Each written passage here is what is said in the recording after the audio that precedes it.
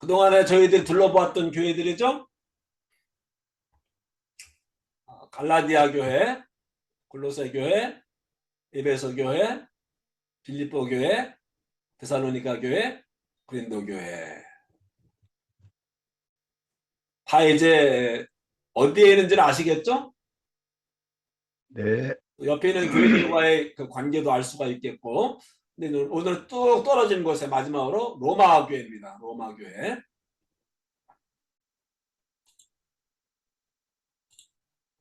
로마. 저도 아직 로마는 못 가봤어요. 로마. 로마 제국, 로마가 다스렸던 그 로마 제국 있으림 당시에 로마 제국이 다스렸잖아요. 그래서 우리는 뭐 로마가 전 세계를 다스렸다. 그건 아니고, 로마가 이제 이쪽 지역, 북아프리카, 이쪽으로 있겠네. 저기 어디 스페인까지 이렇게 유럽 지중해 연안에 있는 지역들을 로마가 정복했던 거죠. 전 세계가 아니고. 하기야 뭐 그 당시에는 그쪽이 세계의 중심이었었고, 뭐 아시아는 아직 떠오르지 않았고, 그렇지만은 아무튼 로마가 전 세계를 다스리고 있었을 때, 라고 했을 때 전 세계는 지중해연안. 교회가 맨 처음 세워졌던 것들도 역시 마찬가지로 이쪽 지역이죠. 로마 시대였으니까는 그때 이제 흩어져 있던 유대인들 찾아가서 복음 전하고, 이방인들에게 복음 전하고 해서 세워진 교회들이니까는 이쪽으로 아시아 쪽으로 교회가 세워진 것이 아니고, 뭐 이쪽에 어디입니까? 이라크니 이란이니 이런 쪽이 아니고, 서쪽으로 유럽 쪽으로 복음이 전해졌죠. 네, 로마 교회. 로마 교회는 누가 세웠나요? 바울이 세운 교회는 아니죠. 바울이 세운 교회는 아니었습니다. 예루살렘 교회가 맨 먼저 세워졌고, 그 다음에 세워진 교회가 로마 교회죠. 로마에 아마 이제 오순절 때 이렇게 올라갔다가, 예루살렘 올라갔다가 그 오순절날 성령 강림 사건 체험하고 회심하고 세례받고 돌아간 사람들이 세운 교회가 바로 로마 교회죠. 로마 교회. 로마에 유대인들이 제일 많이 살고 있었겠죠. 제일 큰 도시였으니까는. 이 당시에 큰 로마 제국에서 가장 큰 도시들 몇 개를 보면 당연히 로마겠죠. 그 다음에 에베소, 여기 알렉산드리아, 그리고 안디옥. 이것이 그 당시에 가장 큰 4개의 로마 제국에서 4개의 그런 도시였습니다. 그래서 큰 도시마다 다 교회가 이렇게 세워지게 되죠. 로마 교회는 흩어진 유대인들이 예루살렘에 순례해 왔다가 성령 강림 사건을 통해서 복음을 받아들이고 돌아가서 세운 그런 교회였습니다. 다른 교회들보다 가장 먼저 세워진 교회죠.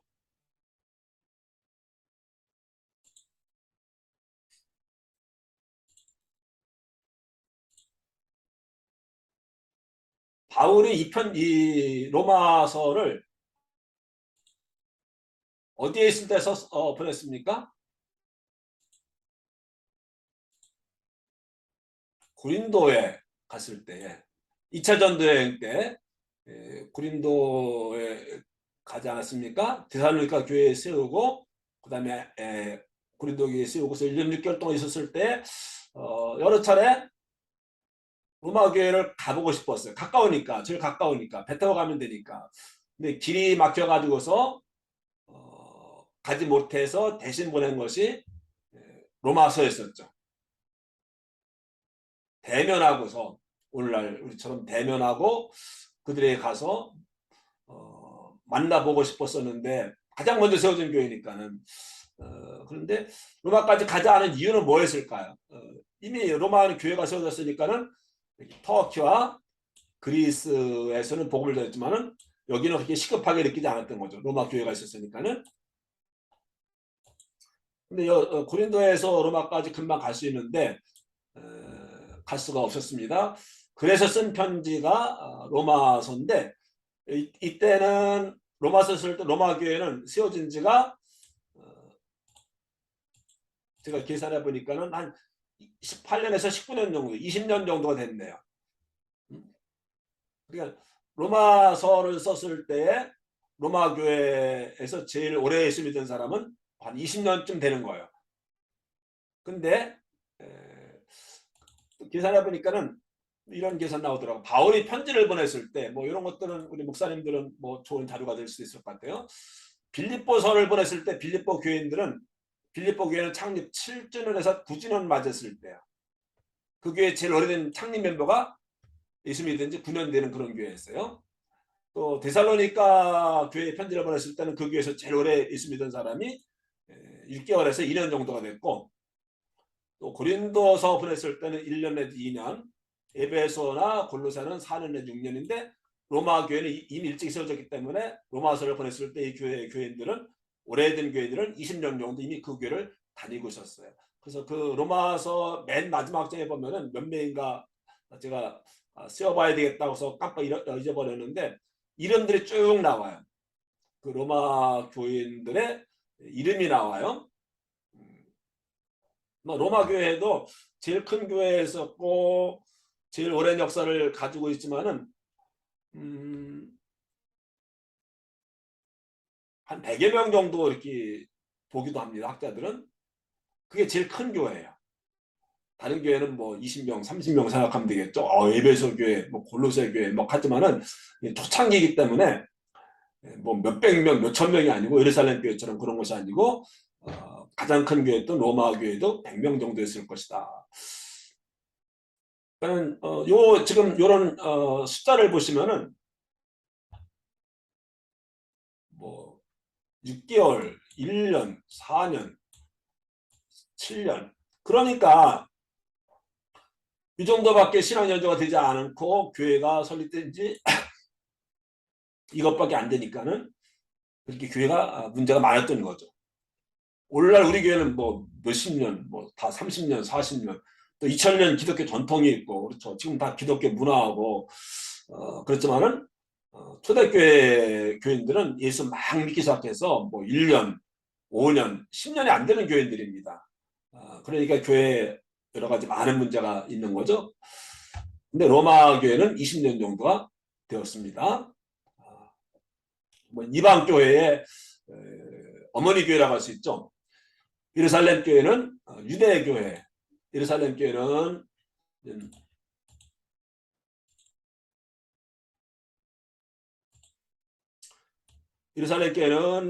베드로가 유대인들에게, 로마 교회는 이방 교회의 모교회라고 할 수 있는 그런 교회입니다.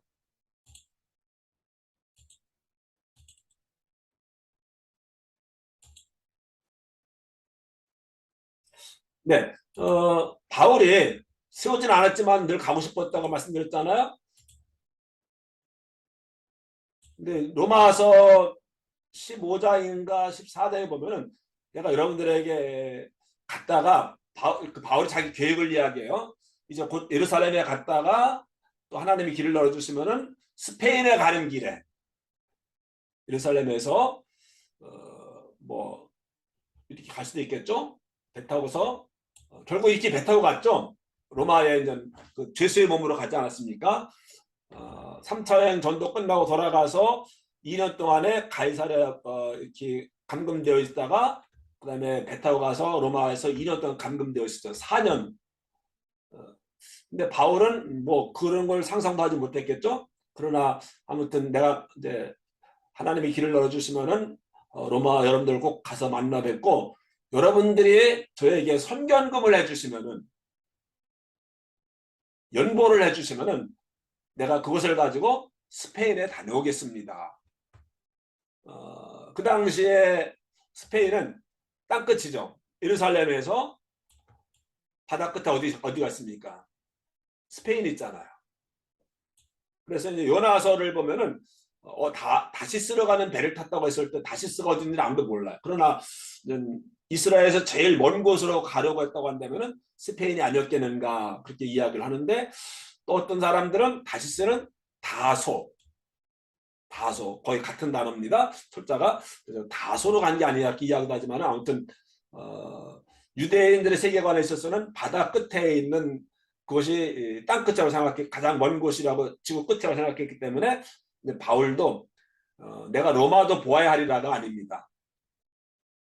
내가 로마도 보아야 하리라, 로마가 아니고 어디요? 내가 스페인도 가겠습니다.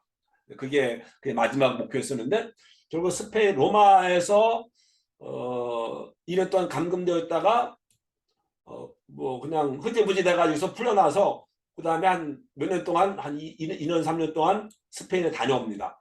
다녀서 다시 로마로 왔을 때 바퀴가 일어나기 시작하면서 네로 황제 때 여기서 이제 마지막 그때 정말로 사형원도 받고 죽을 날 기다리고 있다가 로마에서 순교를 당하죠. 스페인에도 갔습니다. 예? 스페인에도 간 거예요. 로마가 가장 먼 곳이 아니었습니다. 스페인. 예, 여러분들 스페인에 가면은 뭐 스페인 하면 뭐가 생각이 나죠? 센티아고 가는 길. 그렇죠? 센티아고. 갔다 온 사람들은 너무 좋아해요. 뭐 목회자들은 뭐 한 달씩 못 가죠. 한 뭐 2주 정도 시간 내서 갔다 오시는 분들도 있고, 근데 거기 한 40일 정도 걸려야 800km, 500마일을 다 이제 완주를 하는데, 저의 버킷리스트 가운데 하나도 이제 거기를 한 달은 아니고 2주만이라도 좀 가고 싶은데,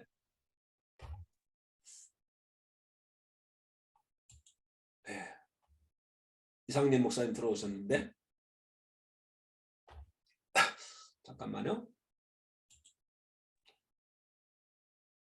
들어오셨어요, 이 목사님? 네, 네, 네, 마지막 죄송합니다. 시간이라고 또 종강 네, 파티 네, 하려고 들어오셨는데 반갑습니다. 스페인 산티아고 가는 길인데, 산티아고를 왜 갑니까? 왜 순례길을 갑니까? 산티아고? 거기 어떤 교회 길래 거기를 갑니까? 산티아고. 세인트 누굽니까? 야고보. 야고보의 뭐 시신이 거기에 묻혀 있대요. 그래서 성야고보, 이게 이제 스페인어로 그 산티아고가 되는 거예요. 야코브, 산티아고, 샌디아고 하면서 스페인까지 바울이 복음을 전했습니다. 근데 보니까는 그 꿈대로 이루어졌습니다. 바울이 마지막 소망이 여러분들 로마 교회 여러분들 갔다가 만나고 스페인에 다녀오는 것이 제 계획입니다라고 하는데, 그 계획대로 되긴 됐는데 시간적으로는 한 4년 정도가 이렇게 미뤄졌죠. 예. 갑자기 3차 전쟁하고 올라갔을 때 문제가 생겨가지고서 2년 동안 이스라엘에서 이렇게 연금 상태에 있다가 또 로마로 가서 2년 동안, 그때 이제 로마로 가게 되는데, 로마로 가서 2년 동안 머물게 되는데, 바울이 생각했던 것과는 달리 죄수의 몸으로 갔잖아요. 근데 여기서 2년 동안 이렇게 가택연금 상태에 있었습니다. 가택연금이죠. 그냥 뭐 집안에서는 자유로울 수 있어요. 다만 집 밖에 나가지 못하죠. 그 대신에 로마 교회 교인들이 바울을 도와줬겠죠. 2년 동안. 그리고 바울이 로마 교회에 가서 예배를 못 드렸어도 로마 교인들이 바울에게 와서 복음을 듣고 2년 동안 이렇게 복음 안에서 교제할 수 있는 그런 시간이 있지 않았습니까? 그러고 보면 로마가 참 복받은 그런 교회이기도 합니다. 로마 교회.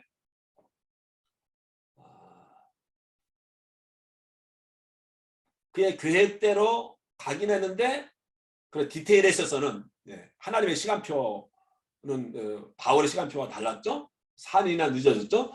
그러나 2년 동안 거기서 가택 연금 상태에 있었기 때문에 오히려 로마 교회는 그것이 그들에게는 큰 축복이었고, 또 바울을 섬길 수 있는 그런 기회가 되지 않았습니까? 그랬다가 이제 스페인에 갔다가 돌아와서 네로가 AD 70년경인가요? 이제 뭐 이렇게 기독교인들 박해하면서 바울도 이제 거기서 순교를 당하게 되는데, 그럼 로마에서 누가 순교를 당했어요? 베드로가 순교를 당했습니까? 바울이 순교를 당했습니까?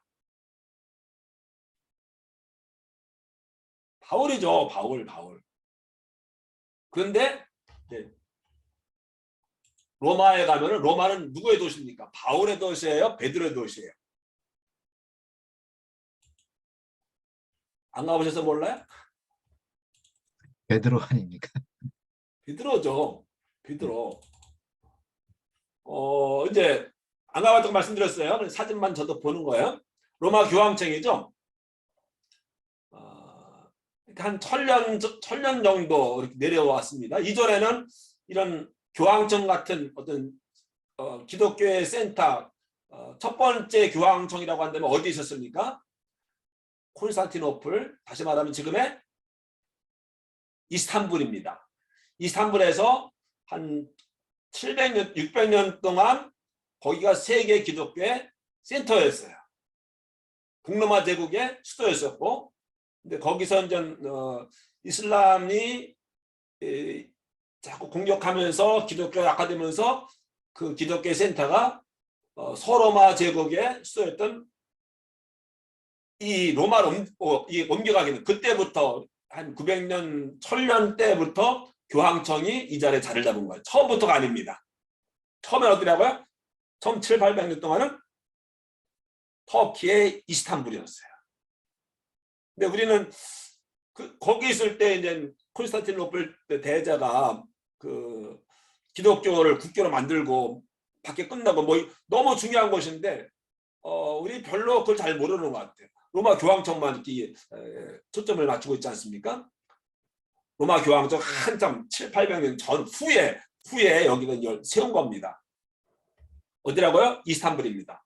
이스탄불에 가면 그 성 소피아 사원, 지금은 이슬람으로 바뀌었으니까 뮤즈엄에 썼는데 뭐 바뀌었다는 이야기도 있고. 아무튼 이게 무슨 모양입니까? 뭐 같이 생겼어요? 이 바티칸이 한 나라죠. 나라인데 무슨 식으로 지금 이걸 이 교황청을 만들었나요? 열쇠. 안 보이시나요? 열쇠. 잠깐만요. 제가 더 크게 보여드릴까요? 그냥 열쇠 보이시죠? 열쇠. 하늘에서 보면 열쇠인 거예요. 왜 그랬습니까? 바울에게 열쇠를 주셨어요? 베드로에게 열쇠를 주셨어요? 천국 열쇠를. 야, 이게 참, 바울은 여기 가서 2년 동안 있었고 또 여기서 순교를 당했는데, 근데 캐톨릭에서는 바울은 이야기하지 않고 베드로가 여기서 순교를 당했다. 그래서 베드로 도시, 베드로 대성당이 있고 또 베드로에게 줬다고 하는 천문 열쇠 이렇게 만들어 놓고 뭐 이렇게 했잖아요. 바울이 억울할 거예요. 이거 막, 베드로는 항상 천문 열쇠를 가지고 있죠. 근데 몇 개예요? 몇 개를 가지고 있어요? 2개죠? 천문 열쇠가 2개네요. 왜요? 하나는 엑스트라예요. 베드로가 이거 잃어버리면 아무도 천국 못 들어가니까 2개를 주고 하나 더 만든 것 같아. 교황청에서. 근데 내가 너에게 천국 열쇠들을 주노니 그랬어. 복수예요. 근데 이거 다 짜맞춘 거예요. 전설을 따라 삼천리예요. 만들어낸 이야기들입니다. 그 대표적인 것이 코바디스예요.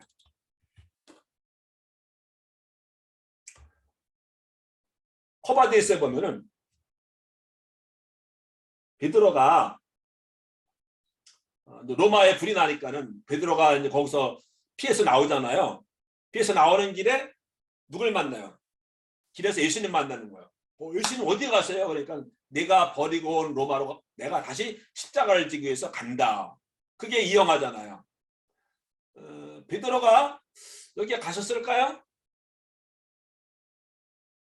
뭐 성경에는 적어도 그런 이야기 없어요. 역사 물원에도 없어요. 딱 한 군데에 있어요. 위경이라고 해서 베드로의 이름을 사칭해 가지고 누가 만들어낸 사입이 성경이 있어요. 거기에 보면은 베드로가 여기 가서 순교했다고 나옵니다. 근데 그거 하나에 근거해 가지고서 캐톨릭에서 베드로가 여기서 순교당했다 해서 여기다 베드로가 첫 번째 교황이고 교황종을 세우고 뭐 이렇게 코바디스 영화는 소설입니다. 소설입니다. 여기 베드로 행전이라고 하는 위경이 있는데 거짓 의자입니다. 거기서는 베드로가 말씀드린 대로 로마로 복음 전하러 가서 거기 순교했다. 역사에는 전혀 없는 근거가 없는 베드로가 왜 거기까지 갔습니까? 그리고 보면은 이 영화에 보면은 예수님이 이렇게 말씀, 내가 버리고 온 십자가를 다시 지기 위해서 내가 로마로 간다. 이건 신학적으로 엄청 문제가 있는 거예요. 예수님 십자가를 다시 져요? 십자가는 단 한 번에 모든 죄를 다 해결한, 이거 두 번 지고 세 번 지고 이런 게 아닙니다. 예수님이. 근데 예수님이 또 십자가에 죽기 위해서 이 로마로 들어간다는 그런 이야기입니다. 이거는 뭐 신학자들은 초풍을 노리, 기존 초풍을 노리시고 아무튼 근거가 전혀 없는 전설을 따라 삼철됩니다. 베드로를 영웅으로 만들기 위해서 로마 교황청에서 이렇게 만들어낸 것뿐입니다. 사실은 여기 누가 죽었어? 여기서 순교당한 사람이 누구예요? 바울이에요. 그는 성경이 이야기하고 있는 거, 역사가 이야기하고 있는 건데 베드로는 이방인들 전혀 바울하고 딱 이야기했잖아요. 당신은 이방인들에게 가. 나는 유대인들을 책임질게. 그거 갈라줬잖아요. 네? 베드로 행전이라고는 위경에 근거해서 베드로를 영시했고 그다음에 내가 다시 십자가를 지러 예루살렘으로 가노라. 이것도 무슨 이단입니까? 네. 그다음에 이제 왜 로마 제국이 그 200년 정도 우리 이제 그거 뭐 로마가 기독교를 박해하고 뭐 엄청 이야기 많이 하잖아요. 근데 이제 사실은 200년 정도예요. 뭐 200년도 긴 거겠죠. 사실은 길지만은 우리가 상상하는 대로 막 그냥 몇백 년 동안 뭐 이런 게 아니고 200년 정도 박해하다가 313년에 기독교로 공인을 하잖아요. 뭐 200년 100년이라고 할 때 200년 150년 뭐 네로 황제가 첫 번째 박해를 시작했고 근데 200년 정도예요. 우리가 상상하고 막 이야기하는 거는 과대평가라고 하나요? 그런 것이 많이 있습니다. 사실은 로마 제국에 의해서 우리 기독교 박해하면 로마 제국에 의한 박해를 다 떠올리는데 초대교회 때 죽은 순교자들보다는 지난 20세기에 지난 100년 동안 순교당한 기독교인들이 훨씬 많아요. 근데 우리는 계속 옛날 이야기만 하는 거야. 내려왕들만 계속 이야기하는 거야. 지금은 더 많은 사람들이 순교를 당하는데 선교지에서 이슬람권에서 200년도 긴 세월이긴 하지만 우리 상상하는 그런 것이 아니었다. 그리고 박해한 10대 박해라고 해서 지역별로 이제 전 막 로마 제국이 아니고 지역별로 이제 박해가 이렇게 있었던 거예요. 어떤 지역은 오케이, 어떤 지역은 아주 심하고, 근데 10대 박해 이렇게 기독교 역사가들은 또 이렇게 뽑기도 합니다. 근데 10대 박해 사건이 있어서 그 중에 8번은 그냥 어떤 지역, 부분적으로 그 지역에 박해가 있었던 거지 전 로마 제국에 막 뭐 이렇게 박해가 이런 것이 아니고, 근데 그 가장 큰 이유는 종교적인 이유가 아니었다고 하는 거야. 정치적인 이유 때문에. 기독교 신앙이 잘못돼서가 아닙니다. 하나님 믿는 것 때문에 그런 것이 아니고 종교적인 이유가 아니고 정치적인 이유 때문에 로마 정부에 따르지 않는 것 때문에 박해를 당한 것이었습니다. 뭐 신앙의 문제가 아니고 그 사람들이 로마 제국에 잘 따르지 않고 이렇게 하니까는 본을 보여줘야 되겠다 해가지고서 유대교와 기독교를 타겟을 한 겁니다. 예를 들면은 정치적 목적으로 모임을 금했습니다. 근데 기독교인들은 매주 모이는 거예요. 주일날 모여야 되잖아. 그러니까 박해를 당하는 거예요. 주의를 못 지키게 하기 위해서가 아니고 집회의 자유 이런 것들을 다 제한해서 못 모이게 하는데 기독교인들만 모이니까는 이게 놔두면 안 되잖아요. 그래서 모이지 못하게 하기 위해서 박해하고 또 이제 제국을 더 강하게 하기 위해서 황제만을 숭배하게 하는데 기독교인들은 다른 로드가 다른 주님을 섬기는 거예요. 그리고 황제를 섬기지 않는 거예요. 정치적인 목적 때문에. 그러면 안 되니까는 박해를 한 거고 또 이게 재밌는 거는 로마는 참 엄청 부도덕한 삶을 문화입니다. 성적으로 엄청 그래가지고 요즘에 뭐 우리 UMC에서도 동성애 문제가 있습니다만은 로마 시대 때는요 귀족이나 이 정치가들이나 권력 있는 사람이 남자 동성애 하는 사람이 없으면은 다 바보예요. 껴주질 않아요. 집에 가면 와이프가 있어요.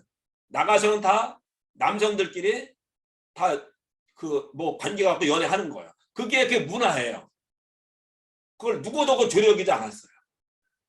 요즘 와서 이제 그거 동성애가 문제가 되지만은 성경에도 로마서에 나오잖아요. 남자는 남자와 더불어 여자는 여자와 더불어 부끄러운 일을 하는 것. 이게 로마의 일반적인 문화예요. 특별히 귀족 돈 있는 사람들은 그게 자연스러운 거예요. 그 목욕 문화가 거기서 나오게 되는 것이고, 근데 기독교인들은 그게 아니니까는 기독교인들은 철저하게 이게 도덕적이니까는 거기서 이제 반감을 느끼는 거예요.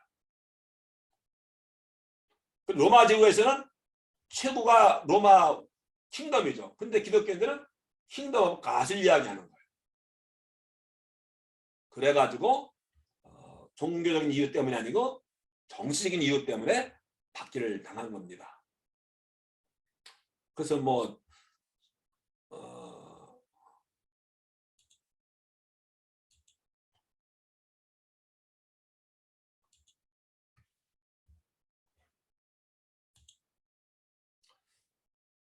로마 교회의 위치 제일 큰 교회에 있었다. 또 영향력이 있었고 또 제국의 수도에 있었고 영향력 있는 사람들만 참석했고 네. 로마서로 들어가 보겠습니다. 벌써 이제 로마서. 저보고 로마서를 1분 안에 이야기하라고 한다. 1분 안에 썸머리에서 이야기하라고 한다면 할 수 있습니다. 로마서 길죠. 16장까지. 어려워요. 논문 편지인데 논문 쓴 건가?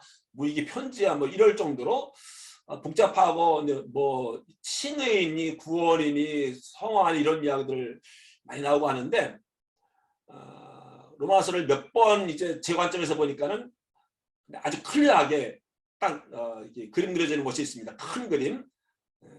큰 그림에서 디테일하게 이제 그려놓은 것이 로마서인데 보겠습니다.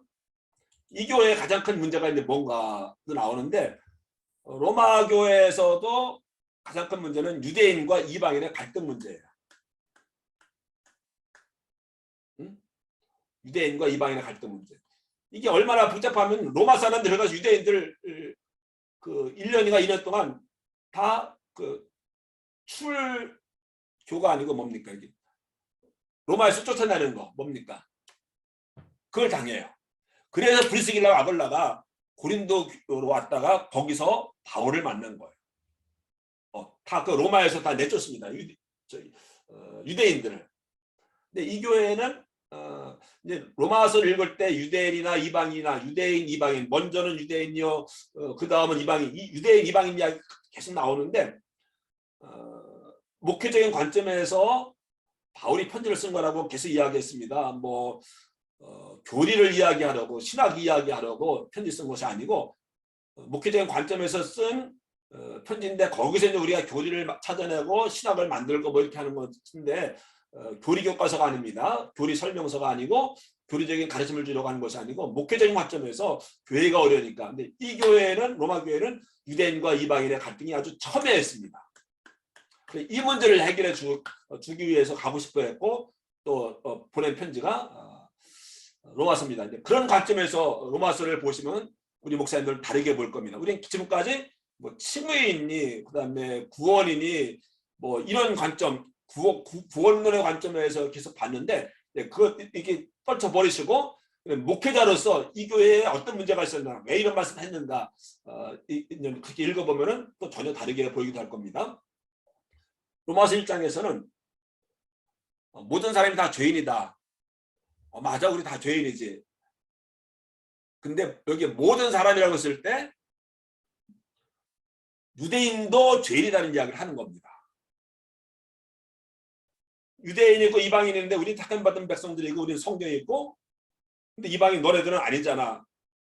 그러니까 너네들도 하나님 믿으려면 예수님 믿으려면 먼저 할례 받아야 되고 뭐 이렇게 이야기하는 거예요. 그러니까 우리가 교회의 주인이고 너네는 그냥 이렇게 덧붙여진 것뿐이야. 뭐 이런 교회 안에서 이런 차별, 어떤 선민의식, 우린 율법도 있고 뭐 이런 거 때문에 이제 갈등이 많이 있었던 겁니다.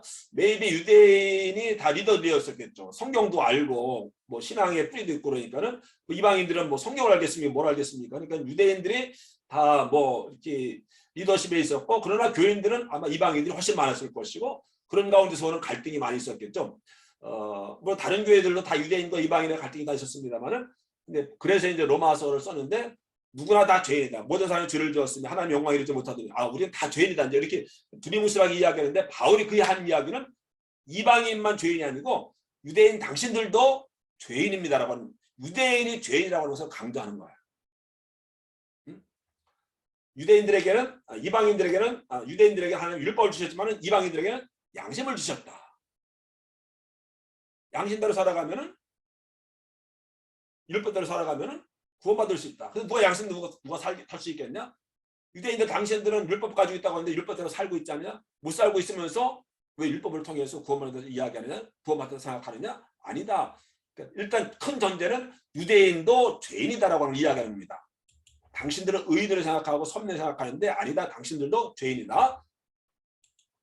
2장에서는 유대인들을 책망하는 거. 당신들이 하나님의 백성이고 율법을 가지고 또 자랑하는데 오케이. 그 인정해. 그러면 당신들이 하나님의 백성처럼 살아가느냐? 율법을 가지고 있는 율법대로 살아가느냐? 율법을 가지고 있으면서 율법대로 살아가지 못하면 그 율법이 무슨 소용이 있겠느냐? 하면서 유대인이라고 할지라도 율법대로 살지 않으면 심판받을 수밖에 없다. 이건 유대인들에게 모욕적인 이야기입니다. 왜 우리가 심판을 받아? 우리 율법도 있고 하나님 택한 백성인데 선민인데 무슨 이야기야? 아브라함이 우리 조상이고 근데 1장에서는 뭐라고 이야기했어요? 유대인도 하나님 앞에서는 죄인이다. 2장에서는 유대인도 율법을 가지고 있지만 율법대로 살지 않으면은 하나님의 심판을 받는 것이다. 이방인만 심판받는 것이 아니고 유대인도 심판받는 것이다. 하면서 무슨 이야기를 하는가 하면은 하나님은 공평하신 하나님이시다. 이방인의 하나님이실 뿐만 아니라 유대인의 하나님 반대로 유대인의 당신들 하나님이실 뿐만 아니라 하나님은 이방인의 하나님이시기도 하다. 하나님은 공평하신 분이다라고 해서 이야기하는 겁니다. 왜 이야기하는지 알겠죠? 계속 교회 안에서 이런 트러블이 있기 때문에 그래 하나님의 백성이라고 할지라도 율법대로 살려면 당신들 율법대로 심판받는 것이고 여기 충격적인 말씀 율법을 행하는 자라야 하나님 앞에서 의롭다 함을 받느니라. 우리는 뭐만 생각하세요? 사람이 율법을 통해서가 아니고 오직 믿음을 통해서 구원받는다. 그게 로마서로 이야기하잖아요. 그 로마서에서 뭘 이야기합니까? 유대인들에게 율법을 행하는 자라야 율법을 행하면 하나님 앞에서 의롭다 함을 받느니라. 이 바울이 한 말이에요. 율법을 행하면 이거 이진희 목사 이야기가 아니고 바울이 한 이야기예요. 로마서에서 한 이야기예요. 근데 우리 이 이야기에서 뺍니다. 그리고 오직 믿음으로 구원받는 이야기를 합니다. 율법을 행하는 자라야 하나님 앞에서 의롭다함을 받느니라. 그런데 율법을 행하지 못하는 당신의 의인이라고 아니라는 거야. 그래서 2장에서는 믿음이 없는 것이 책망한 것이 아니고 뭘 책망합니까? 유대인들에게 율법대로 살아가지 않음을 책망하고 있어요. 우리는 믿음으로 구원받는 확실해요. 뭐 그거는 뭐 영원 복음 확실한 거예요. 근데 여기서 바울이 이야기하기를 우리는 율법 가지고 있고 택한 백성이야. 우리 다 의인이야. 아니라는 거예요. 너희들도 이방인들처럼 다 죄인이라는 거야. 다 심판받는다는 거예요. 왜? 율법대로 살지 않으면서 율법이 자랑하는 게 무슨 소용이 있겠느냐? 율법대로 살아가지 않는 것을 책망하고 있습니다. 유대인들에게 믿음이 없음을 책망하는 것이 아니라 뭘? 율법대로 살아가지 않음을 책망하고 있어요. 제가 이런 줄기로 설명하는 겁니다. 3장에 가서 보면 이제 1장은 뭐예요? 모든 사람 유대인도 죄인이다. 2장은 뭐예요? 유대인도 심판받는다. 말씀대로 살지 않기 때문에 3장에 가서는 무슨 이야기 하는 거 하면은 아브라함 이야기는 아브라함이 행함이 아니라 믿음으로 의롭다 인정을 받았다. 아시죠? 그런데 이방인도 마찬가지로 하나님의 은혜로 구원받는다.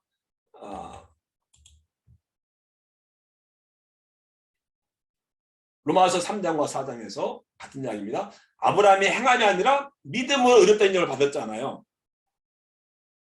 유대인도 행함이 아니라 율법이 아니라 뭐로 의롭다함을 받는 거야? 믿음으로 의롭다함을 받는 거야. 근데 유대인만이 아니고 누구도 이방인도 하나님을 믿으면 그 믿음으로 구원받는다. 여기요. 이방인도 마찬가지로 하나님의 은혜로 구원받는다. 그러니까 율법이나 행함이 아니라 오직 은혜와 믿음으로 구원받는다. 그런 말씀을 하고 있는 겁니다. 그러니까 1장에서 유대인들에게 당신들도 죄인입니다. 이방인만 죄인이 아닙니다. 2장에서는 뭐예요? 당신들이 이방인과 다르게 율법과 율법을 자랑하는데 율법을 지키지 못하면서 자랑 왜 합니까? 당신들도 율법에 심판받을 것입니다. 3장과 4장에서는 아브라함을 보세요. 율법을 지켜서 구원받은 것이 아니고 은혜로 믿음으로 구원받은 것입니다. 근데 이방인들도 마찬가지로 하나님은 모든 사람을 차별 없이 대하시는 하나님이시기 때문에 이방인들도 은혜로 믿음으로 구원받을 수 있습니다. 유대인들이 당신들이 뭐 행함 때문에 구원받는 줄 알아? 율법 때문에 구원받는 줄 알아? 그게 아니고 아브라함을 보세요. 아브라함이 의롭다 인정받은 것은 행함이 아니라 믿음으로 의롭다 인정받지 않았습니까? 그러면서 믿음으로 구원받는다고 하는 이야기하면서 하나님은 유대인의 하나님이실 뿐 아니라 이방인의 하나님이시기도 하기 때문에 이방인도 믿으면 하나님의 은혜로 구원받습니다.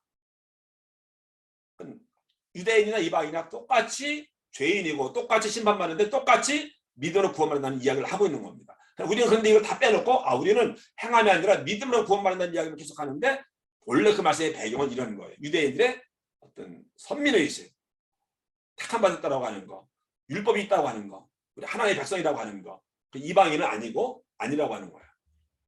여기까지 잘 따라오셨죠? 한 번 들어서 어려울지 모르겠어요. 이제 5장에 갑니다. 4장에서는 아브라함을 통해서 이제 행함이 아니라 믿음으로 의롭다 인정을 하는 것 이야기했고 5장에 가서는 아담 이야기를 합니다. 첫 번째 아담으로 인해서 죄로 인해서 사망이 이렇듯이 두 번째 아담이신 예수님으로 인해서 십자가에 달려 돌아가심으로 인해서 모든 사람들이 구원을 받게 되었다. 이게 5장입니다. 간단하죠? 아브라함은 뭐예요? 믿음으로 의롭다 인정을 받았다. 아담은 뭐예요? 둘째 아담이신 예수님 때문에 우리가 구원받게 되었다. 벌써 5장 지나갔습니다.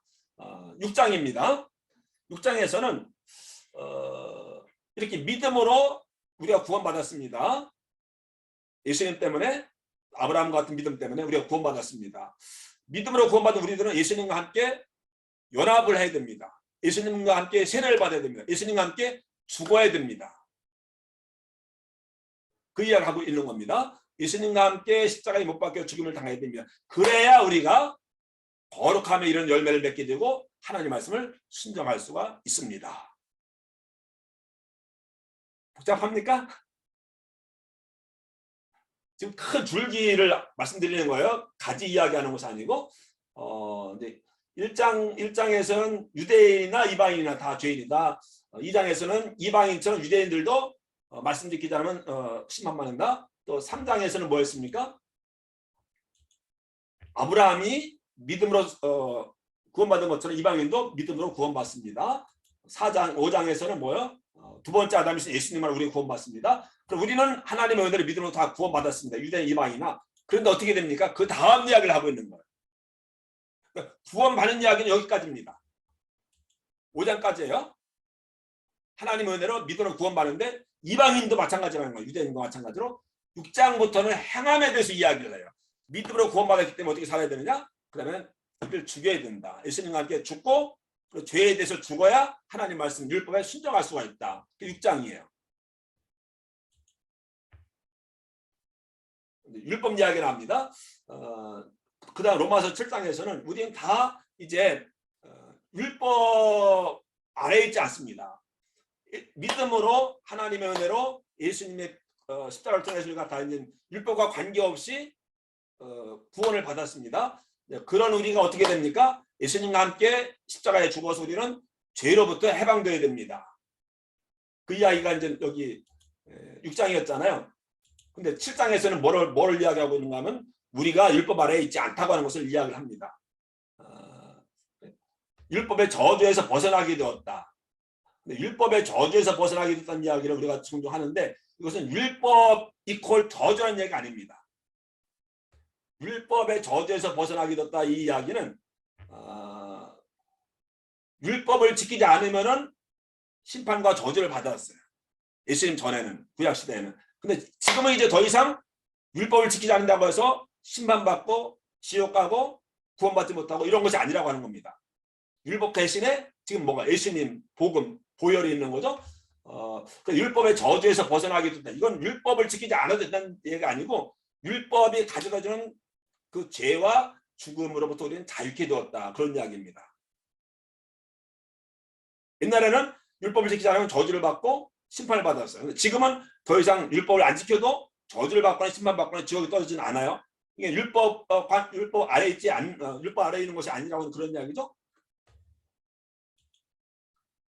우리 이제 율법의 아래에 있는 것이 아니라 뭐에 있습니까? 은혜의 시대에 살고 있습니다. 율법을 지키지 않아도 저주받지 않아요. 율법을 지키지 않아도 지옥 가지 않아요.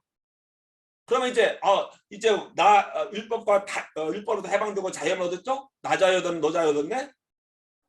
율법 안 지켜도 되는 거냐? 이런 문제 생겨야 되죠. 저는 이렇게 풀어봤습니다. 율법 시대에는 숙제를 반드시 해야 됐어요. 하나님 내준 숙제를 했어야 돼요. 안 해가면은 벌 받는 거예요. 은혜의 시대 지금은 하나의 숙제를 내줬는데 숙제 안 해가도 벌을 안 받아요. 옛날에는 율법을 주셨어요. 안 지키면은 저주를 받고, 그렇죠? 이렇게 되는 거예요. 심판받고. 근데 지금은 율법 안 지켜도 저주받거나 심판받거나 지옥에 떨어지지 않아요. 그럼 율법 안 지켜도 되네? 아니라고 하는 거예요. 보세요. 지금 은혜의 시대에 살고 있는데 숙제를 안 해가는데 벌을 선생님이 안 주는 거예요. 숙제 안 해가도 벌 안 주네? 하고 계속 숙제를 안 해가야 돼요. 그럼에도 불구하고 숙제를 해가야 돼요. 사람들이 이걸 그렇게 생각하고 있는 거예요. 지금은 숙제를 안 해가도 벌을 안 받아요. 그러니까 맨날 숙제를 안 해가요. 그 학생은 좋은 학생입니까? 나쁜 학생입니까? 나쁜 거죠. 악용하는 거죠. 숙제를 안 해도 벌을 받지 않는다. 그 이야기는 숙제를 안 해도 된다는 이야기가 아닙니다. 그러니까 율법을 지키지 않아도 저주받지 않는다는 이야기는 율법을 안 지켜도 된다는 이야기가 아니라고 하는 거죠. 옛날에 안 지키면은 벌을 받았는데 지금 안 지켜도 벌을 주지 않는다. 그럼에도 불구하고 뭐 해야 되는 거예요? 숙제는 해야 되는 거예요. 율법을 지켜야 되는 거예요. 율법도 우리가 자유를 얻었지만은 그래도 우리가 율법을 지켜야 된다는 그런 이야기를 하고 있는 겁니다. 은혜의 시대에 살고 있기 때문에 우리는 율법을 지키지 않아도 된다. 노웨이라고 하는 거예요. 그래서 율법은 거룩하고 의롭고 선하고 신령한 것이다라고 말씀을 하고 있습니다. 잘 따라오고 계시죠?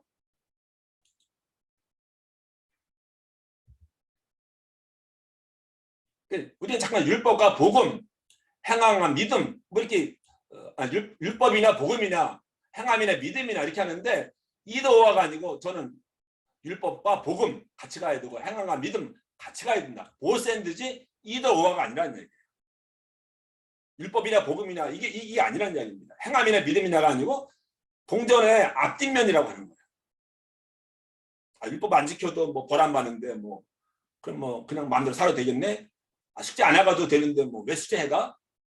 그거는 아닌 거예요. 은혜를 그는 모독하는 거죠. 하나님의 은혜를.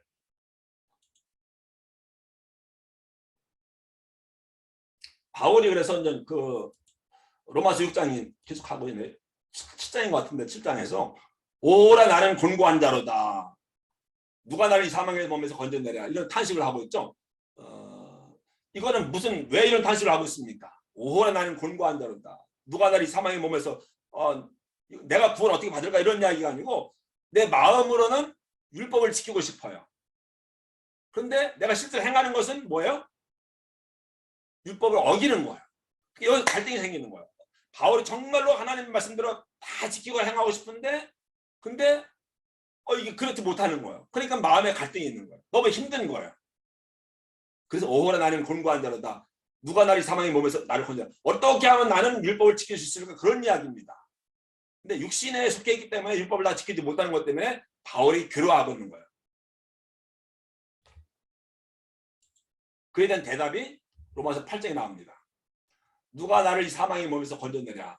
뭐라 해서 내 안에서 계속 두 개 싸우는 거예요. 육신의 법과 영의 법이 율법을 지키려고 하는 것과 또 지키지 못하게 하는 어떤 죄가 근데 해답을 발견합니다. 그리스도 안에 있는 생명의 성령의 법이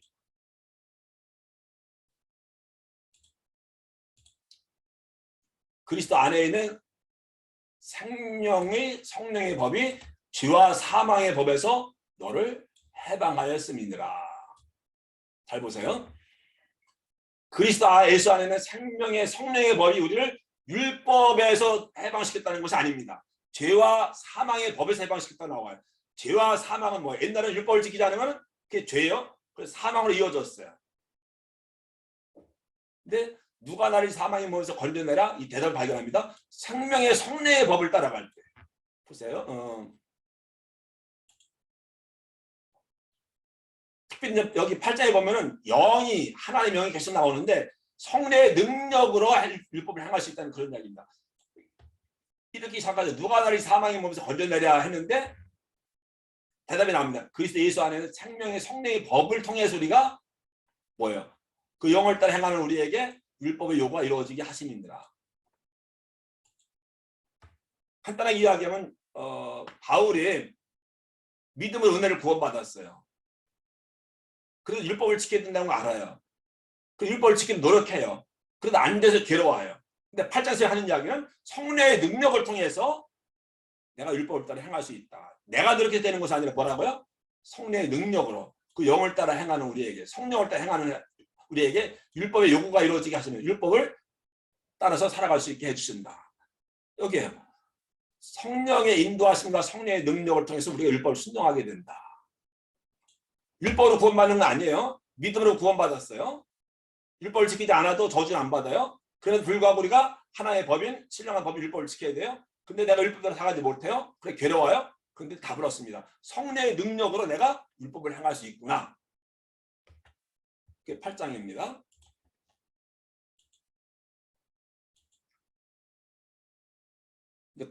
이게 몇 분이에요? 58분입니까? 네. 조금 늦어도 오늘 양해하시기 바랍니다. 이제 그 여기까지는 다 오셨죠? 유대인도 이방인도 다 하나님 앞에 죄인이다. 유대인도 율법대로 살아가지 못하기 때문에 이방인들은 심판받는다. 근데 아브라함이 율법이 아니라 믿음으로 구원받은 것처럼 이방인도 믿음으로 구원받는다. 또 이방인도 하나님은 유대인이나 이방인이나 차별 없이 나시기 때문에 다 예수님을 통해서 구원받을 수 있다. 그럼 예수님 통해서 믿음으로 구원받은 사람들은 어떻게 살아가야 되느냐? 말씀대로 살아가야 된다. 율법의 저주에서 벗어났다고 해서 율법을 지키지 않아도 되느냐? 그럴 수 없느니라. 바울의 말에 그럴 수 없느니라. 그러면 율법을 지키고 싶은데 내가 율법을 지키지 못하는데 어떻게 해야 되느냐? 생명의 성령의 법을 통해서 성령의 능력을 통해서 우리가 율법을 지킬 수가 있다. 그래서 예수님과 함께 세례받고 예수님과 함께 죽고 성령의 능력으로 우리는 율법을 완성할 수 있어야 된다. 여기까지가 9장, 8장까지의 말씀입니다. 그러면 믿음에 대해서 더 많이 말씀해요. 순종, 성화에 대해서 더 많이 말씀을 하고 있어요. 6장부터 16장까지는 다 믿음보다도 행함에 대해서 믿음으로 살아가는 것에 대해서 이야기를 하고 있습니다. 믿음으로 구원받아서 어떻게 살아가야 되는가를 6장부터 16장에서 이야기를 하고 있는 거예요. 근데 우리는 2장, 3장만 가지고 로마서 전체를 생각하잖아요.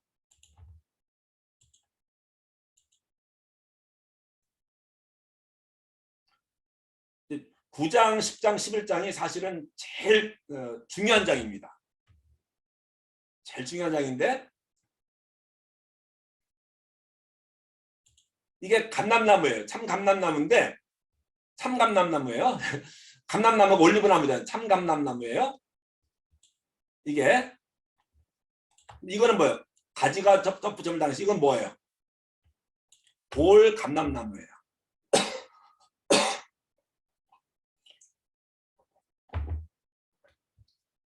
참감람나무고 돌감람나무인데 참감람나무에 돌감람나무를 덧붙였어요.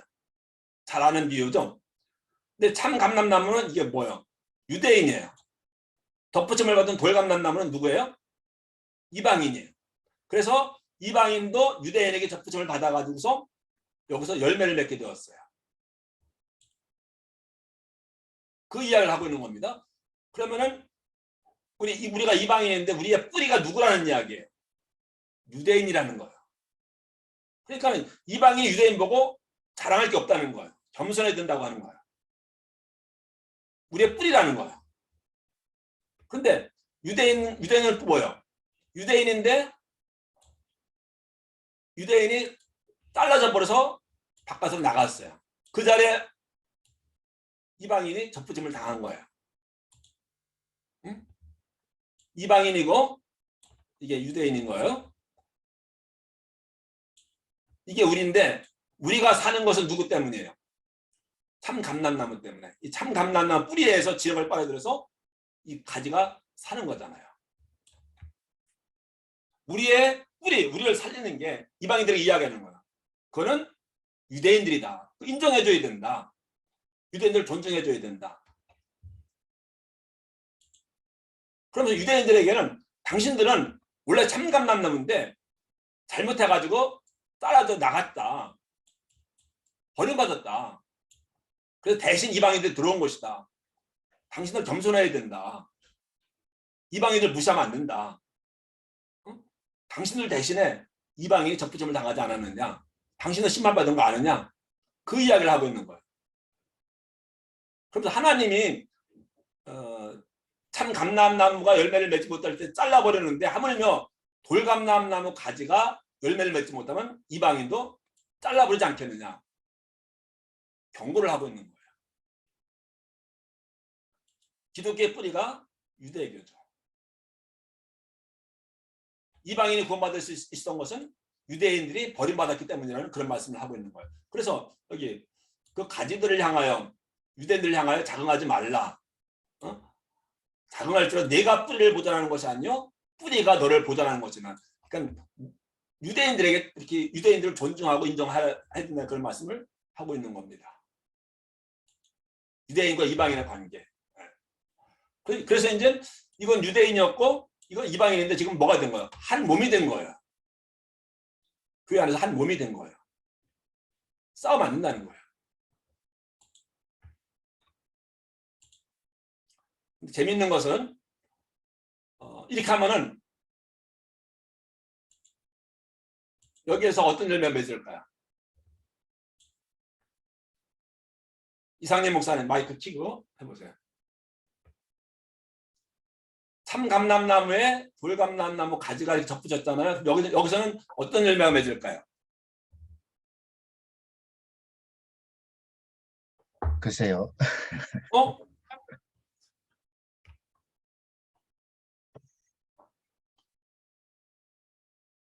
고엽나무에 예, 고엽 그 참감람나무 열매를 맺지 않겠습니까?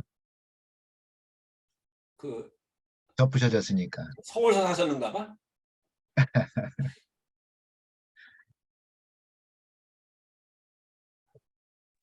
그 나길성 목사님은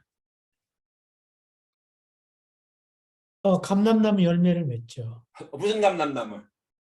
참감람나무. 돌감람 열매가 맺지. 돌감람나무. 돌감람나무. 이 어려워요. 감람나무. 돌 참. 예, 이게 다 저 시골 살지 않아서 다 도시 사람들이 모르는 것 같아요. 참감람나무에 돌감람나무를 붙이면은 여기 돌감람 열매를 맺혀요. 고엽나무에다가 감나무 가지를 덧붙이는 이유가 거기에 있어요. 그러면 감이 열려요. 이해되십니까? 세상에 이렇게 접붙인 사람은 없어요. 근데 바울은 지금 접붙이는 이야기를 한 이유가 어떤 열매를 맺는 그 이야기가 아니고 뿌리가 누군가를 이야기하고 있는 거예요.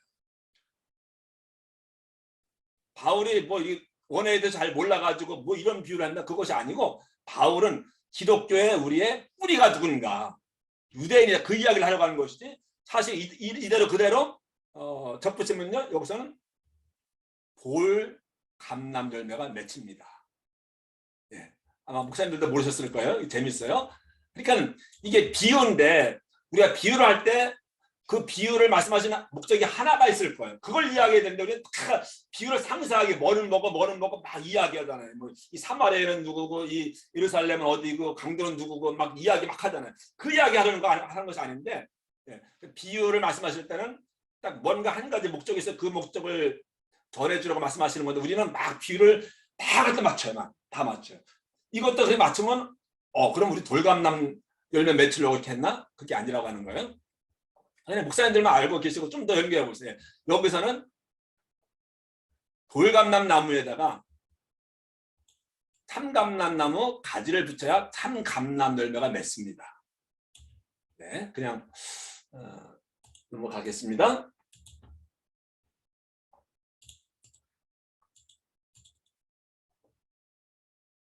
그다음에 이제 12장, 13장, 14장에 걸쳐서는 어떻게 살아가야 되는가? 12장 그러므로 뭐 이렇게 시작하잖아요. 그러므로 뭐예요?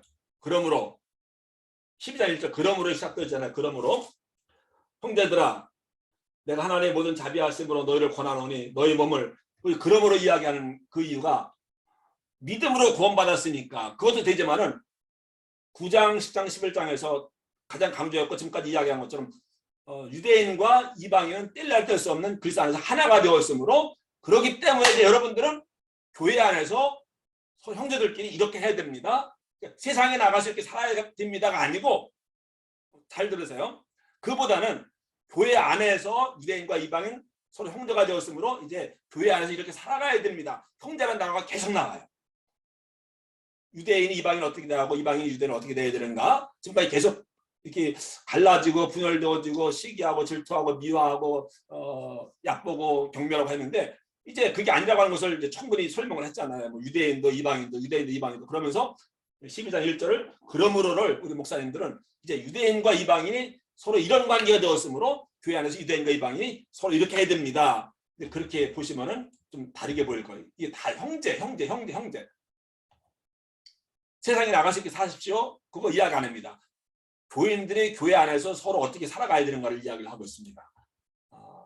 그래서 마지막 결론 1장부터 5장에서는 유대인이나 이방인이나 다 율법이 아니라 행함으로 구원받는 것이 아니고 믿음으로 구원받습니다. 6장부터 15장에서는 또 유대인이나 이방인이나 다 예수 그리스도 은혜로 믿음으로 구원받았기 때문에 또 서로 하나가 되어서 화목하게 화평하십시오. 그렇게 살아가십시오.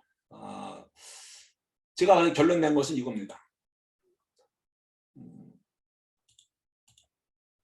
뭐 로마서를 보는 관점 가운데 하나를 여러분들 보여드린 겁니다. 로마서는 구원론에 관한 논문이 아니다. 그들이 어떻게 구원받는가를 어떻게 구원받는가 구원론에 관한 이야기가 아니고 그들이 어떻게 구원받았는가를 이야기하면서 뭐예요? 그러므로 어떻게 살아가야 되는가를 말하고자 로마서 쓴 것이다.